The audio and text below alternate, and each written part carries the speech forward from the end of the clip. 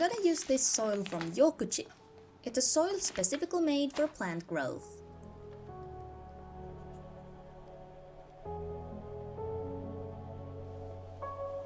I placed these Sappheiros stones and driftwood pieces I had laying around. I washed them off thoroughly and scrubbed the Sappheiros stones as much as I could with a soft toothbrush, as they had some algae left on them.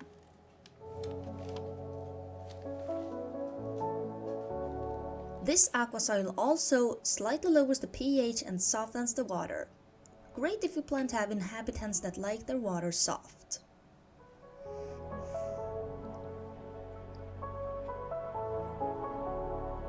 I'm aquascaping this 15-gallon.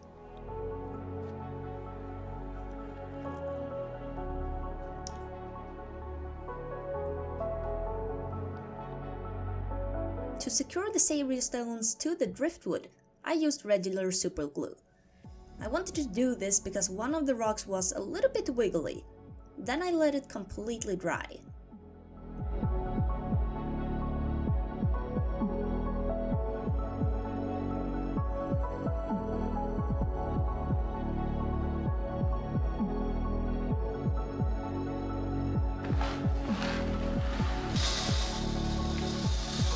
I added some soil before the rock so the glass wouldn't take damage.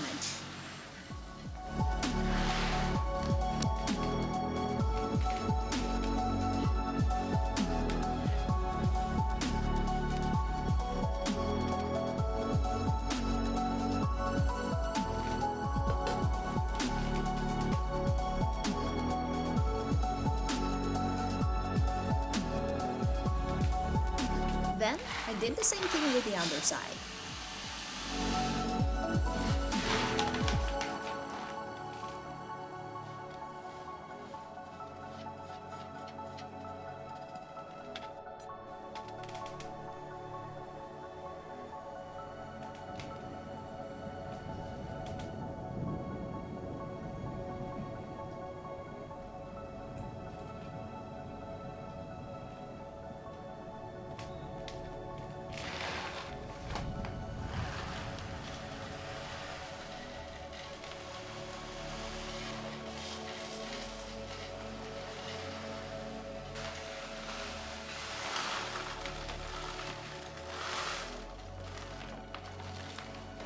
I tried to get the majority of the soil in the back, especially in the corners. This is to get a greater sense of depth.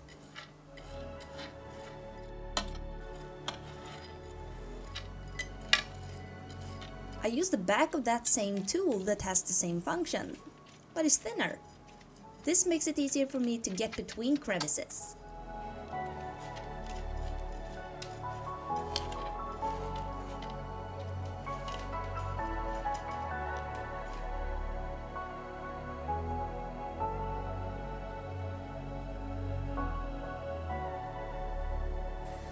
I used a few plants for this project.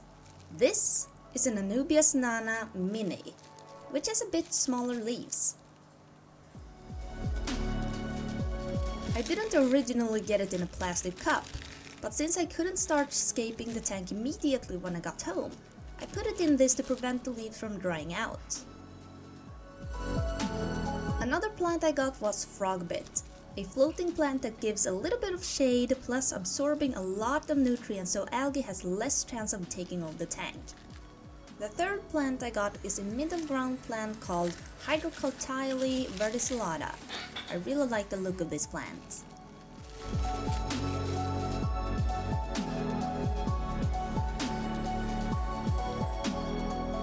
You normally get these plants in plastic containers. What I do is take the plant out of the container and then try to remove as much rock wool as possible from the roots. You can also wash the last of it gently under the tap. I try to be careful when I remove the rock wool, since you don't want to damage the roots too much. But you don't need to panic if you accidentally rip off a tiny root.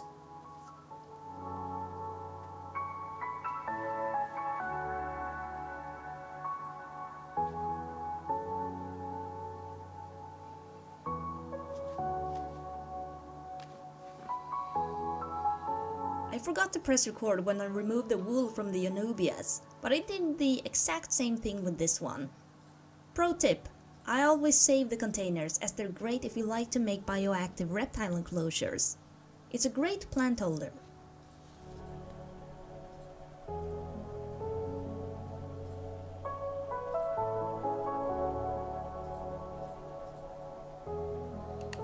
I spray it down with water to prevent it from drying out.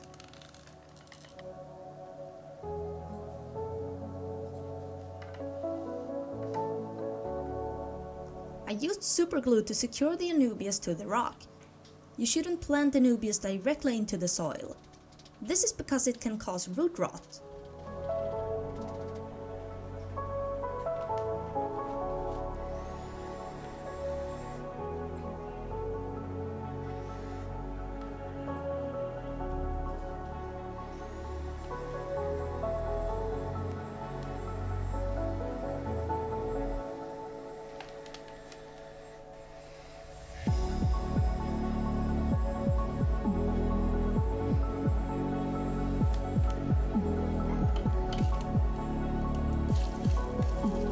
I'm spraying water on the soil to make it easier to plant.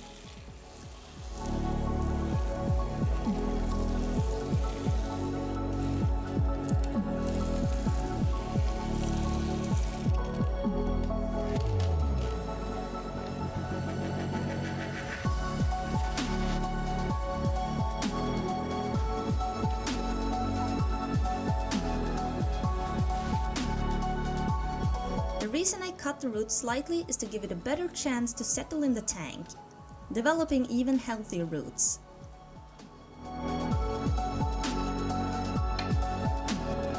I separated the hydrocotyledon in smaller sections. The plant will multiply, creating a very natural looking environment in time.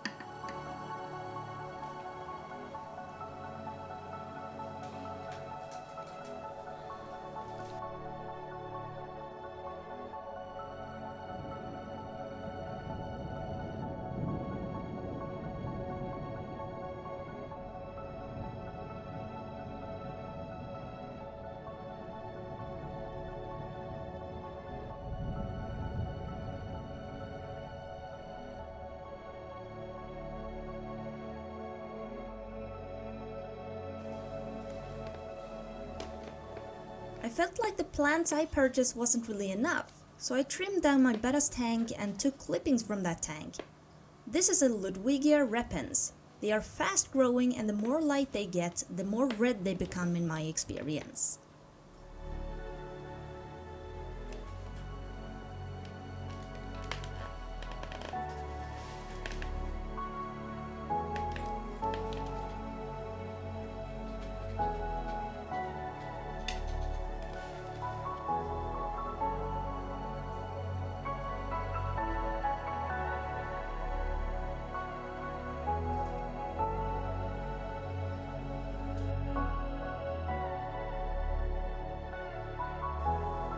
The light I use for this tank is an LED plant growth light by Nycrew.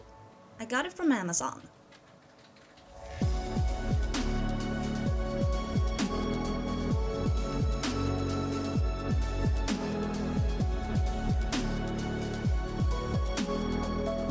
To avoid stirring up the soil and plants, I placed the hose near one of the Sappheiros stones and put my hand in front of it so the water wasn't as strong when I filled up the tank.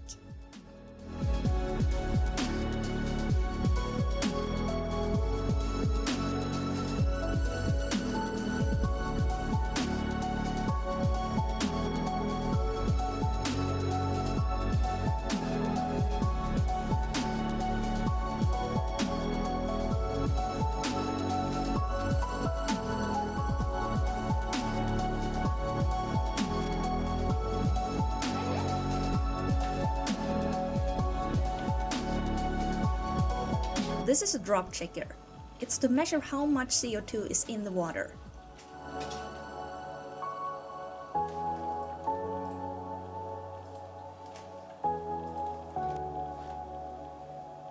I also added some CO2 for additional growth.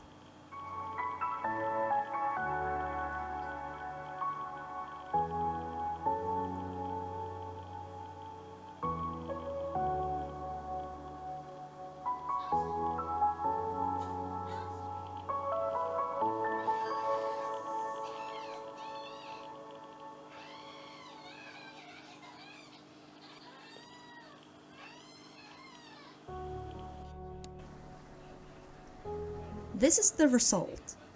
What do you think?